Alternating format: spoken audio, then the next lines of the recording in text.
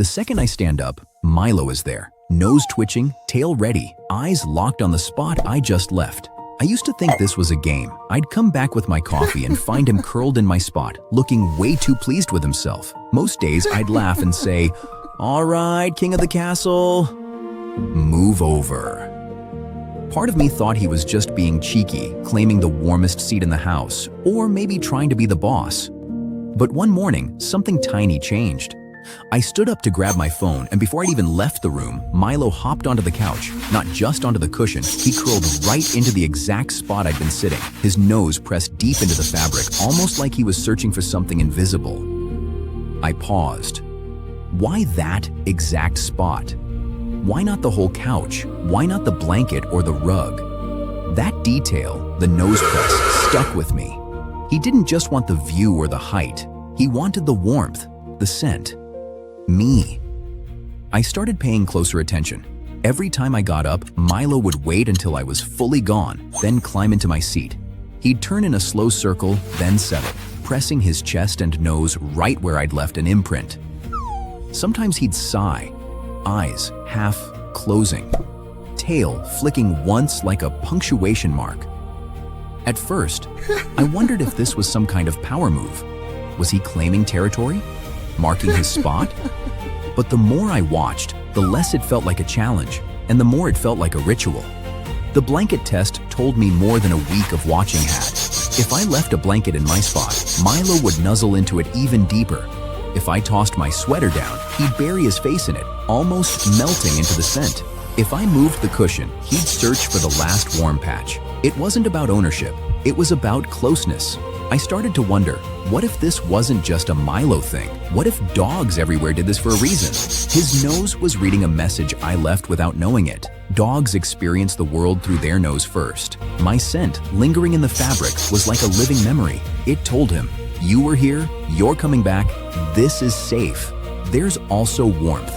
Dogs are pack animals. In the wild, they'd sleep pressed against each other, sharing heat, heartbeats, and trust. The spot I leave behind is like a memory of that closeness, a tiny echo of the pack.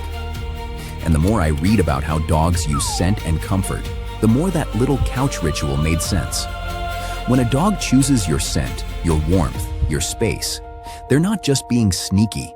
They're saying, "You are my safe place." Then, the rainy night version of it changed how I saw the whole thing. One rainy night, I left the room for just a minute. Milo waited until I was gone, then curled up in my spot, nose pressed flat, eyes closed, a deep sigh. When I came back, he didn't jump or act guilty. He just looked at me, blinked, and scooted over, leaving the spot warm for me again. It felt like a tiny exchange, a ritual of trust. I realized, every time Milo takes my spot, he's not stealing. He's weaving us together. He's saying, "I want to be close, even when you're not right here." I started to see it everywhere. Friends' dogs, family dogs, even pups at the park. Each one with their own seat-stealing ritual. Sometimes it's the couch, sometimes it's a bed, sometimes it's a patch of sun on the floor that you just left behind.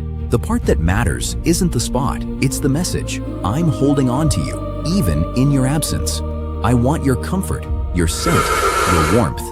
So now, when Milo steals my seat, I don't rush to move him. I watch. I notice the slow blink, the contented sigh, the way his body relaxes into the shape I left. And on the days when I feel far away, tired, distracted, or busy, I remember, to my dog, my presence lingers. My scent, my warmth, my place in his heart doesn't vanish just because I stand up. If your dog takes your spot the second you get up, watch closely next time. Notice the nose, the sigh, the way they settle into your absence. It's not a prank or a power move. It's a living message. You matter, you're missed, and home is wherever your scent is. Let me know in the comments. Does your dog have a seat-stealing habit? What's their signature move? Did you ever wonder what it meant? Like, subscribe, and share your story below. I'm still thinking about that little scoot over Milo did, because sometimes the smallest ritual is the whole message.